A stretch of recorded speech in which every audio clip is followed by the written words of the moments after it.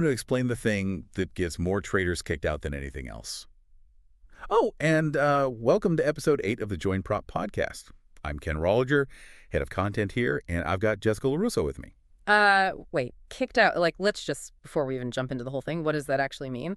Kicked off a platform, banned from the internet. No, yeah, essentially. Not the internet, obviously, but... Right, but you lose the account. Like, Yeah. they actually just take the money away. Exactly. You lose the funded account. Or you fail the challenge outright. You're done. Because, look, if you're listening to this and you're thinking about jumping into the prop firm space, you have to remember these firms, these proprietary trading firms, they're basically giving you their capital to trade, right? Or at least a simulated account that pays out real money. Right, exactly. Yeah. And they have to protect themselves. Like they aren't charities. So they put these incredibly strict limits on you, drawdown limits. Okay, drawdown. So, like, how much you're allowed to lose before they pull the plug. Right. And if you misunderstand how these limits work, which, by the way, almost everyone does, like it is actually staggering how many people don't get this, you lose the account instantly. Boom. Gone.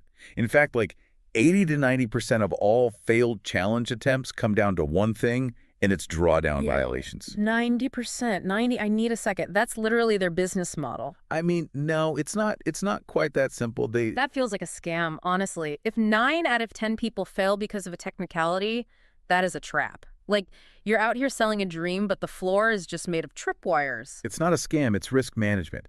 They're giving you hundreds of thousands of dollars. I'm not saying illegal. I'm saying it feels like one. Like, if I walk into a casino and there's a hidden tripwire that takes all my chips if my toe brushes it, I'm calling it a scam. Okay, but it's not hidden.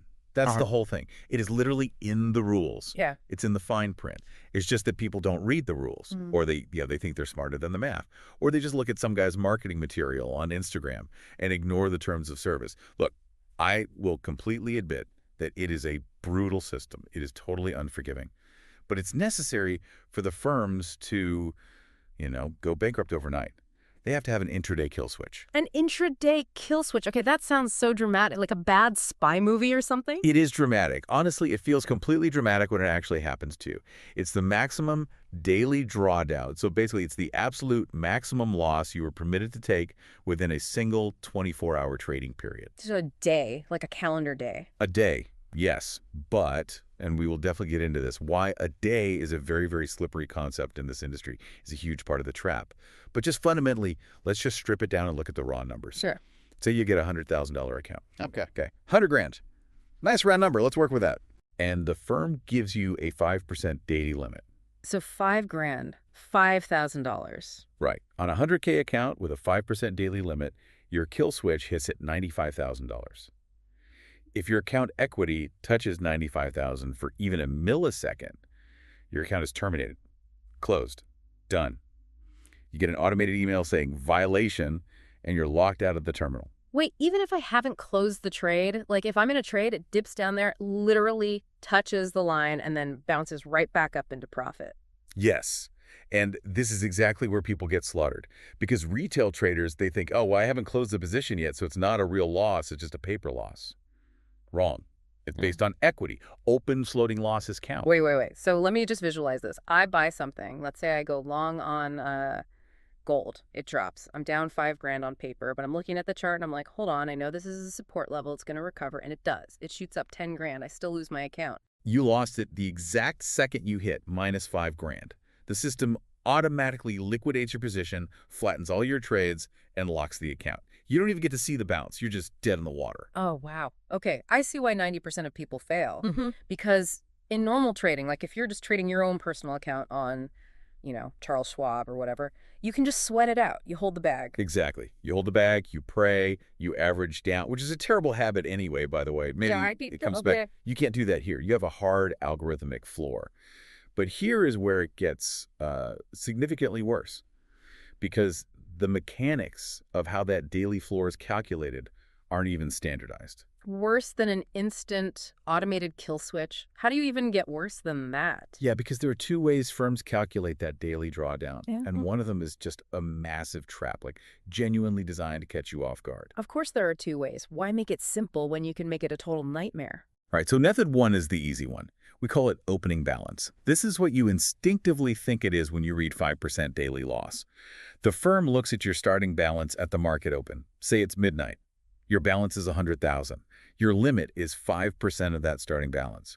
So your floor is 95,000 for the entire day. Doesn't matter what happens intraday, 95K is the line in the sand. Okay, I like that one. It makes sense. It's static for the day. I can write 95,000 on a Post-it note, slap it on my monitor, and I know exactly where I stand. It's static based on the open. So if you take a trade and make $2,000, you're at 102,000, your floor is still 95,000. You now have a $7,000 buffer for the rest of the day. That's the clean way. But method two is the peak daily equity model. And this is where traders just get absolutely destroyed. Let me guess, the floor moves. The floor moves. It's a trailing limit based on the highest equity you reach that specific day. Oh, no. Give me an example. Walk me through exactly how that ruins my day. Okay, let's game it up. You wake up, 100K account, 5% limit, initial floor is 95,000, just like the other method. You take a trade right at the open, maybe you're trading the London session, and it's a winner. You make $2,000 bucks. Nice. I'm a genius. I'm at 102,000. Right. Now maybe you haven't even closed the trade yet. Your balance is still 100,000 because the trade is open, but your equity, your floating equity hit 102,000. Well, guess what? Under the peak daily equity rule, your new daily floor is calculated from that peak. So wait, 5% of 102,000? So the actual dollar amount changes. Actually, it's usually calculated as the strict $5,000 absolute number, but trailing from the new peak. So if you hit 102,000, your floor just moved up from 95,000 to 97,000. Wait, so if I close the trade, take my $2,000 profit, I'm at 102, but my floor is now 97. So I only have $5,000 of breathing room. Yes, if you close it. But what if you don't close it? This is the invisible mistake. This is what trips the 90%. You're in the trade, it goes up to 102,000 floating, you're feeling like a genius, but you don't take profit because you think it's going to 105. Then the market reverses. A piece of news drops, or it just hits a resistance block, and it drops back down to your entry price. So I'm at break-in, back to 100,000. I didn't lose anything, I just missed out on the win. You are at 100,000 equity. But remember, your peak was 102. Your floor trailed up to 97,000. Okay, I see where this is going. Now the trade goes against you. You decide to hold it because, hey, your original stop loss was at 97,000 anyway. It drops $3,000 from your entry. Your equity is now 97,000. And I'm dead. You're dead. Account terminated. But I only lost $3,000 from my starting balance. My limit was 5%. $5,000. No, your limit was 5% from the peak equity of the day. You hit the peak, the floor came up right behind you like a shadow, and then you fell backward into it. You literally get punished for being in profit and giving it back. That is, honestly, that is evil. That is genuinely so incredibly frustrating to even listen to. You're telling me I can lose my account by only being down 3% for the day just because I was up earlier? Yep, because the firm looks at it like, hey, that was $2,000 of profit that you just let evaporate. You aren't managing risk, you're just gambling. You aren't protecting capital. But markets fluctuate. That's what they do. You can't just, I would throw my computer at a window. It goes up, it goes down, it breathes. If you're a swing trader, you have to let trades breathe. Oh, a lot of people do throw things. A lot of keyboards get smashed over this exact rule because it's an invisible trigger. You look at your dashboard, you say, I started with 100, I'm at 97, I still have $2,000 of drawdown left. But you don't. The system already locked you out. And let's be real, if you're listening to this and you haven't checked how your specific prop firm calculates this, you need to pause and go read their FAQ right now. Because if you're assuming opening balance and they use peak daily equity, you are flying blind. Okay, so floating losses count. That's invisible mistake number 1. And the floor trailing your open profits intraday is number 2.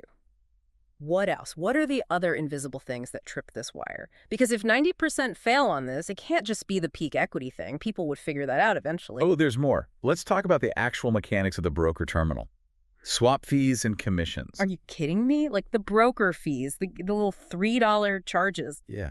I mean, think about it. The math is absolute. The algorithm doesn't have nuance. Let's say you are dancing right on the edge of your drawdown. It's late in the day. You are $4,900 down on a $5,000 limit. You're sweating, you're stressed, but you're looking at the equity and you're like, I'm safe. I'm technically $100 above the line. Barely. You're practically touching the laser. Barely. Yeah. But the market has stalled. It's 4:59 p.m. Eastern. And then the daily rollover happens at 5:00 p.m. Right, the end of the New York session. Exactly. And the broker charges you a swap fee for holding the position overnight. For anyone who doesn't know, a swap fee is basically the interest rate differential between the two currencies you're trading, or just a financing fee. The broker charges to hold your leverage position open past the daily close. Right, because you're borrowing money to hold that massive lot size. Right. So 5:00 p.m. hits. The swap fee is deducted from your equity. Or let's say it's not even a swap fee. Let's say it's just the commission for the trade you just opened a few minutes prior. And that pushes you over the edge. Pushes you over the edge by literally like $12. Your equity drops to $94,988, and the account is gone. Terminated. Because of $12 in administrative fees, I can't. Because it's an automated system. A computer program doesn't care if you missed it by $1 or $1,000. It just sees the numerical threshold breach, triggers the webhook, and executes the kill switch. And I haven't even mentioned spread widening. Oh, God. The spread at 5 p.m. Yes. If you are holding a trade at the 5 p.m. rollover, the liquidity providers basically turn off their machines for a few minutes. The spread, the difference between the buy and sell price can widen from, say, 1 pip to 50 pips. Right, because nobody's trading, so the market makers widen the gap to protect themselves. Exactly. So your floating equity is calculated using the bid or ask price. If that spread widens by 50 pips, your floating loss instantly balloons for about 10 minutes until the Asian session liquidity kicks in. That artificial, temporary ballooning of your floating loss will trigger the kill switch. You'll get an email saying you blew your account, you'll look at the chart, and the chart won't even show that the price moved. Because the chart shows the mid price, not the spread. Exactly. The candlestick looks completely flat, but the spread widened, triggered your equity drawdown, and killed you. Okay, I'm stressed out already. I am genuinely sweating just thinking about having to track all of this while trying to actually, analyze the macroeconomic data and trade the market, which is hard enough. Like, predicting where the euro is going to go is a full-time job, but now I'm playing legal defense against an algorithm. Oh, we haven't even talked about the account level ceiling yet. That was just the daily end. Come on, you're joking. So if I survive the daily 24-hour limit, the swap fees, the spread widening, all of it, I'm safe, right? Like, I live to fight another day. You live to fight another day, but you are still inside a cage.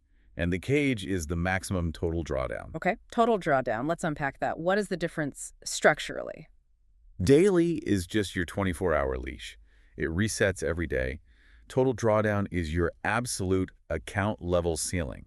It's the maximum you can lose across the entire lifespan of the account, whether it's day 1 or day 100. Right. Okay, so if I have $100,000 and the total limit is 10%. Then your total floor is $90,000. Okay, that makes sense.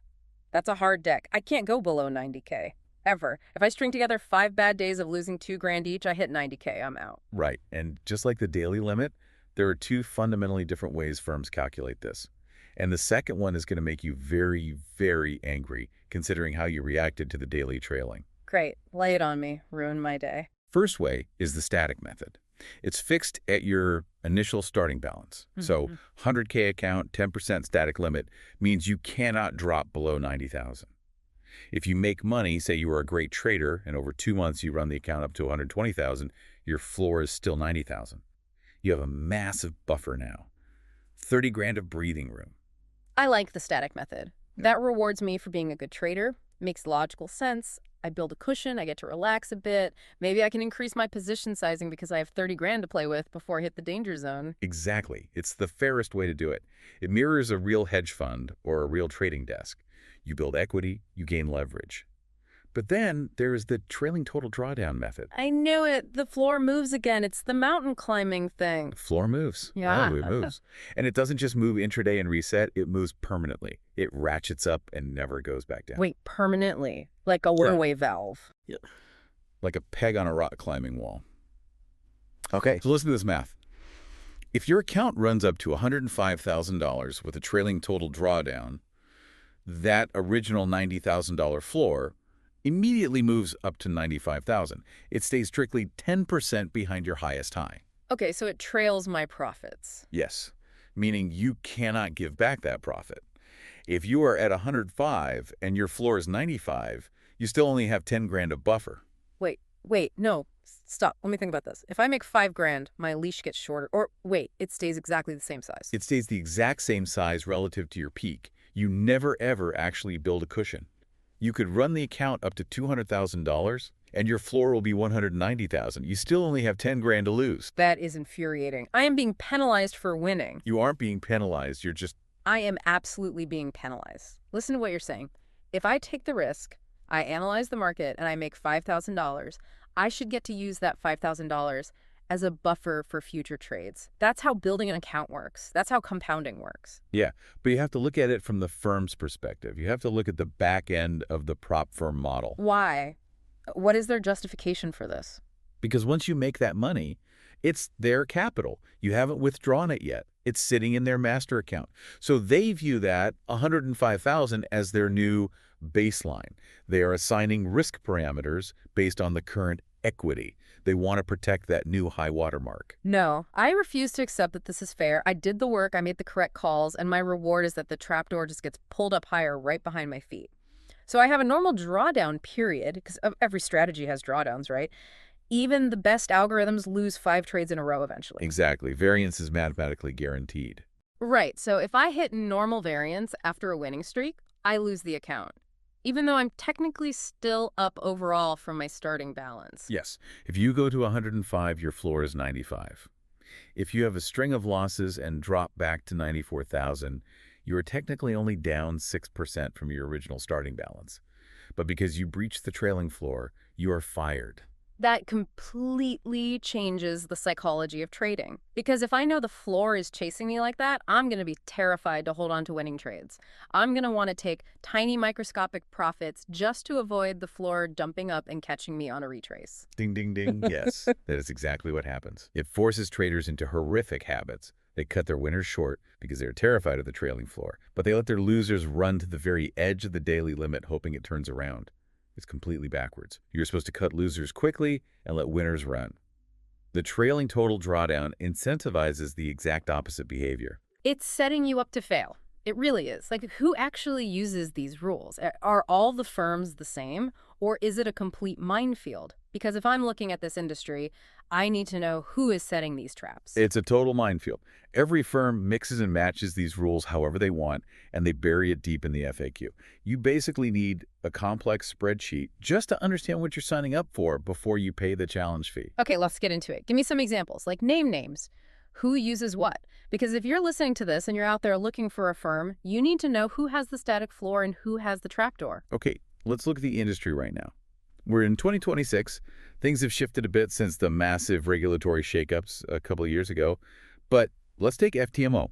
They're kind of the grandfather of this space, the gold standard for a lot of people. Right, I've heard of them. FTMO. They sponsor a bunch of YouTube traders. Yeah. So they are somewhat standard, but still tricky. Let's break down their exact structure. They use a 5% daily limit, and it is based on the initial account balance for that specific day. So, opening balance method. Okay, so that's the good one. Static for the day. Floor doesn't move intraday. Floor doesn't move intraday. And their total drawdown is 10%, and it is also static based on the original starting balance. Perfect. So if I build a cushion, I keep the cushion. That sounds like a firm I would actually want to trade with. It is, which is why they are so popular. But there's a trap, a massive geographical trap. I knew there's a but. What is it? It resets at midnight. CEST. CEST. What is that? Central European? Central European Summertime. Or CET in the winter. Why? Why European time? Because they're based in Prague. That's where their headquarters are. That's where their primary servers are synced. Okay, but I live in America. Most of their clients are probably trading the New York session. Right, so you have to do the math. Let's do the math right now. Midnight in Prague is what, 6 p.m. Eastern? 5 p.m. Eastern, depending on daylight savings. Well, New York is GMT -4 in the summer. Prague is GMT +2, so that's a 6-hour difference. So midnight in Prague is 6 p.m. in New York. Exactly. 6:00 p.m. Eastern. Now, why is that an absolute nightmare for a trader? Because, well, the New York session closes at 5 p.m. Eastern, so my day resets right in the middle of the afternoon, an hour after the market rolls over. Exactly. Imagine you're holding a trade at 4:45 p.m. in New York. You're down 4% for the day.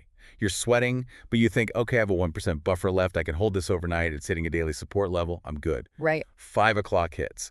The rollover happens. The spread widens. Maybe the swap fee hits, dropping you to 4.5% down. You're still alive. But then, an hour later, at 6:00 p.m. Eastern, the clock strikes midnight in Prague. Boom. New trading day. Wait, if it's a new day, doesn't my daily limit reset? Isn't that a good thing? If I was down 4.5%, now I have a fresh 5% limit for the new day, right? It depends entirely on how they calculate the opening equity for that new day. Because if you carry that floating loss over the line, that loss is already baked into your equity. The new day's 5% limit is calculated on your new starting balance. If you started yesterday at 100K and you are floating at 95,500 at the Prague midnight reset, your new daily limit is 5% of 95,500. Oh, man. So my limit shrinks. Your limit shrinks in absolute dollar terms, yes. But worse, what if you were relying on yesterday's profits? Let's flip it. Say you were up $3,000 yesterday, and you have a floating loss of $2,000 today. You think you're up a net of $1,000. Great. The clock strikes midnight in Prague. The $3,000 profit was booked to yesterday. The $2,000 floating loss is carried in today.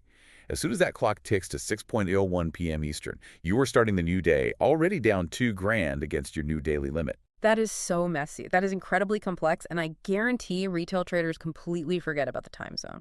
They just look at their clock on the wall and think midnight is midnight. It is such a stupid way to lose an account because you forgot to carry the one on a time zone conversion. But it happens every single day. Let's look at another firm, the Fivers. The Fivers, got it. I've seen them too. They use a static daily and a static total based on balance. Very clean structure, similar to FTMO.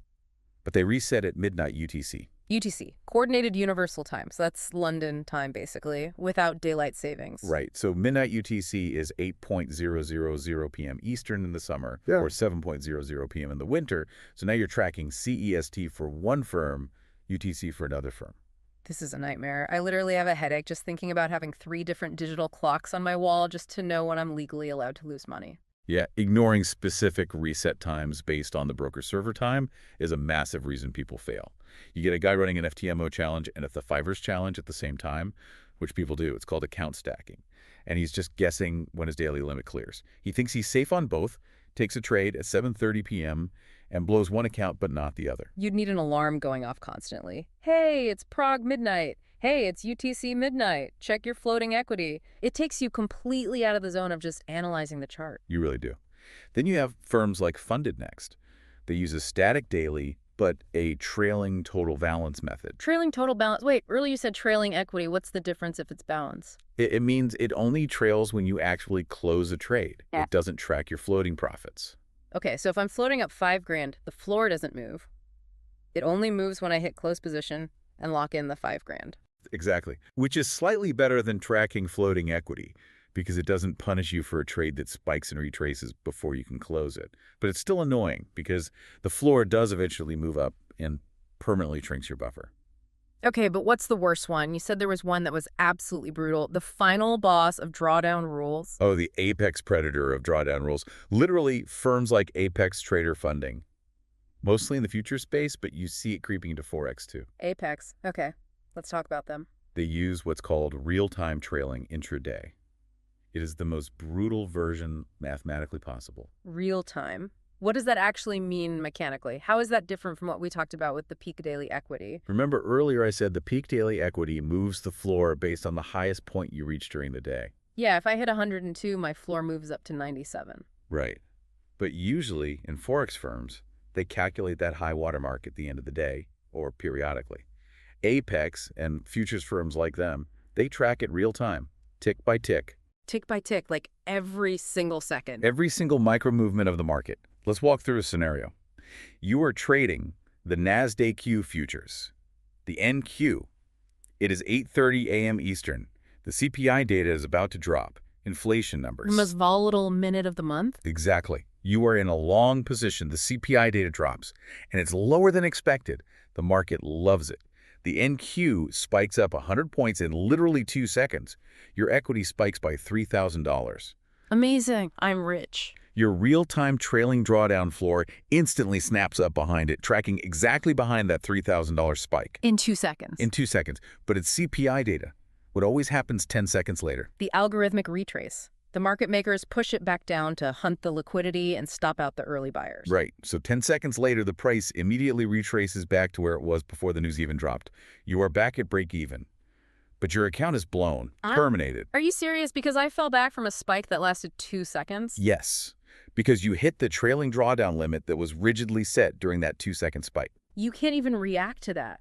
A human being physically cannot process the visual information on a screen, move their hand, and click a mouse fast enough to close a trade in 2 seconds. You can't. You fundamentally cannot. That's why you have to have automated hard take profits in place, resting in the order book. Or yet, you just don't trade during news events. Real-time intraday trailing is designed for scalpers who are taking tiny bits of profit out of the market and strictly managing their downside. If you are a swing trader holding positions for hours or trying to ride a volatile news wave, a real-time trailing drawdown will eat you alive. It sounds like it's designed to make you fail. I'm sorry, I keep coming back to this, but it just sounds so predatory. Why would a firm build a system that tracks a 2-second flash in the pan? Okay, let's talk about the why. Let's talk about the back-end mechanics because this explains everything. Do you know the difference between an A-book and a B-book broker model? A little bit. A-book means they actually send your orders to the real market, to a liquidity provider. B-book means the broker takes the other side of your trade. They are the house. Exactly. Now, when you are in a prop firm challenge, you are 100% on a B-book demo server. Your trades are not hitting the real market. You are trading fake money. The firm is basically saying, if you can prove you are profitable on this simulator, we will fund you. Right. And if I fail, they keep my challenge fee. That's their revenue. That's their initial revenue. But if you pass and you actually get funded, they still aren't necessarily giving you real money right away. They put you on a live simulated account. If you make money there, they copy trade your signals to their master A-book account using an algorithm. Okay, so they use me as a signal provider. Yes. But here is the problem. If you are trading a massive, volatile news spike and you get filled on the demo server perfectly, the prop firm's copy trading algorithm has latency. It takes maybe 50, maybe 100 milliseconds for their system to read your demo trade and try to place it on the live A-book market. Oh, and in a CPI news spike, 100 milliseconds is an eternity. The price has already moved. Exactly. They suffer massive slippage on the live market trying to copy you. So you make 10 grand on the demo server, and they owe you an 80% payout of 8 grand. But on the live A-book server, because of slippage, they only made 2 grand. They are losing money on you. Wow. So they implement real-time tick-by-tick trailing drawdowns to intentionally fail anyone who trades in environments where the firm can't effectively copy trade them. Ding, ding, ding. It's not just a meat grinder for fun. It's a meat grinder designed to filter out trading styles that the firm cannot monetize on the back end. They want slow, steady, boring swing traders or extremely disciplined scalpers. They do not want volatile news traders, and the rules reflect that. That makes so much sense. It's awful, but it makes structural sense. Okay, so if it's a meat grinder designed to filter people out, how does anyone actually pass? Like, seriously, are the 10% who pass just lucky? Or do they have some secret decoder ring for all these rules? Because if you're listening to this and you're feeling what I'm feeling, you're completely overwhelmed. If I had a funded account right now, I wouldn't even turn on my computer out of fear. You shouldn't turn it on until you map out the rules. That's the only way people survive. They don't just guess. They don't just wing it. They have a system. And actually, that's why we built a framework for this at Joinprop. We call it the Reset Framework. Like a reset framework. Okay. Give me the acronym. Walk me through it, because I know it's an acronym. It is an acronym. It's essentially a checklist. It's designed to force you to ask the exact right questions before you place trade number 1. So RRR is for rules. Makes sense. Identify the basic limits. Right. Identify the strict percentage limits and the calculation method. Is it 5% daily, 10% total? Is it balance-based or equity-based? Write it down. Then E is, let me think. Is it equity? Yeah, equity tracking, that's it.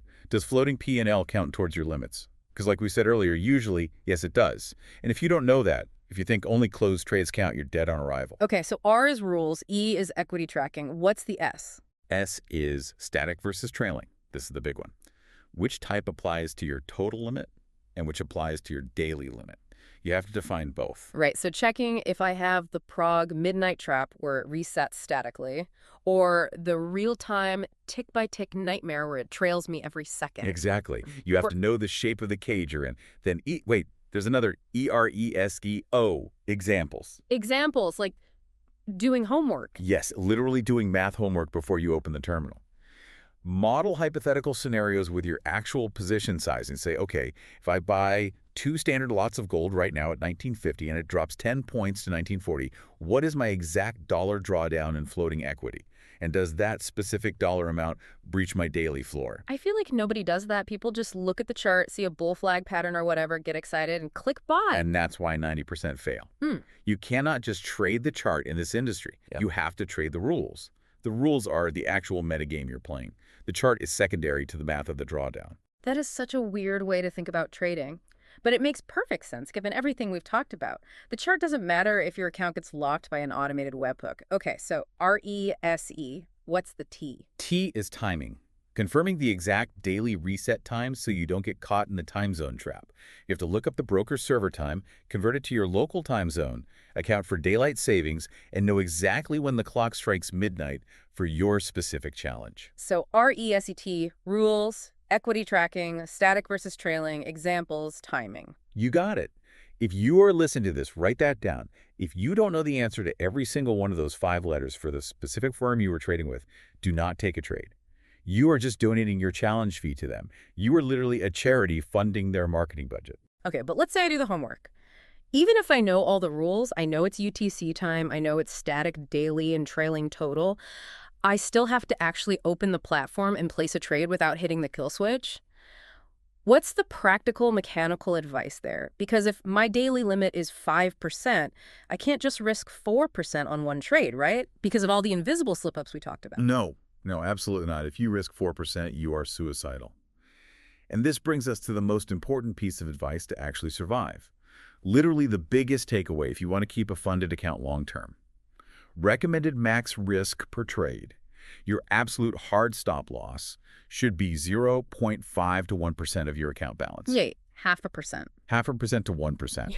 Maximum. You want me to risk 0.5%? That's ridiculous. It'll take years to make any real money. If I have 100 grand, 0.5% is $500. $500 is a lot of money. Yeah, but to pass these challenges, you usually have to make, what, 8%, 10% profit target in phase 1? Usually 8% in phase 1, 5% in phase 2. Okay, let's use 8%. $8,000. If I'm only risking 0.5%, $500, and let's say I have a 1 to 2 risk-reward ratio, so I make $1,000 when I win, I have to win 8 net trades. 8. That's assuming I don't lose any. Yeah. If I have a 50% win rate, which is standard, I have to take dozens of trades. That's boring. Yeah. And slow. I'm going to be extremely blunt with you right now. You are thinking like an amateur. Excuse me. You are. You're thinking like a retail trader who just wants to gamble and get rich by Friday.